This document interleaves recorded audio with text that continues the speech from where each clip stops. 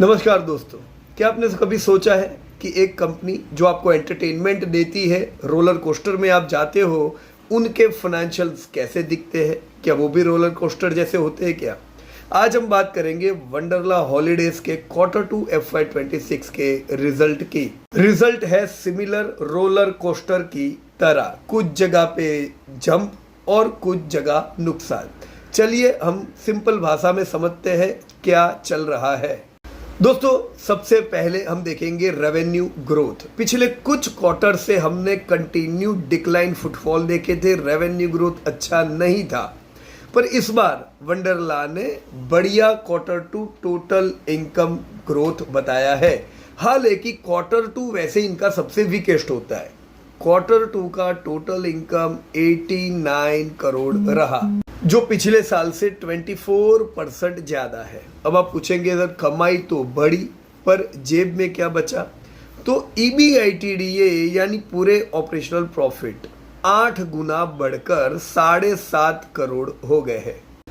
अब ये growth 8x बड़ा है, लेकिन इसलिए क्योंकि Q2 मैंने बताया कि वो हर साल पूरे साल का लोएस्ट होता है, तो लास्ट ईयर नेगेटिव था, तो लो बेस की वजह से प्रॉफिट बड़े हाई दिखते हैं, राइट। मतलब कंपनी ने Q2 में कम से कम प्रीवियस क्वार्टर से बहुत अच्छा काम किया है। अब आ जाता हूं मैं उनके सबसे इंपॉर्टेंट KPI फुटफॉल पे।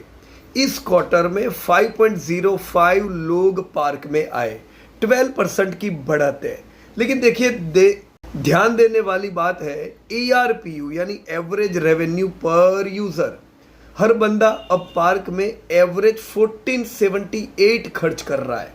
लोग सिर्फ टिकट नहीं बल्कि खाने पीने और मर्केंडाइज पर भी दिल खोल के खर्च कर रहे हैं, जिसे हम SPH कहते हैं, जो 7% से बड़ा है। ये वैसा ही हुआ कुछ कि मूवी देखने गए और पॉपकॉर्न पर दोस्त हम टिकट से ज्यादा खर्चा करके आए, वो भी उनके लिए एक अच्छा रेवेन्यू है। इन्वेस्टर के लिए बड़ा ट्रिगर है चेन्नई पार्क। इसकी ओपनिंग 2 दिसंबर को हो गई है।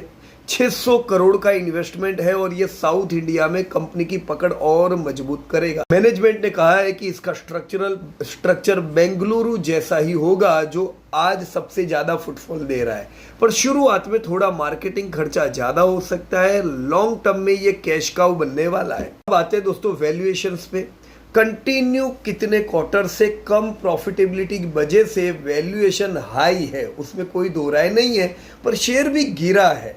जैसे ग्रोथ आता है दोस्तों, हम यहाँ पे बढ़िया ग्रोथ उम्मीद करेंगे शेयर के दामों में भी, क्योंकि ग्रोथ आने से वैल्यूएशंस ऑटोमेटिक दोस्तों डाउन हो जाते हैं। सो बिजनेस मॉडल सॉलिड है, अभी थोड़ी दिक्कत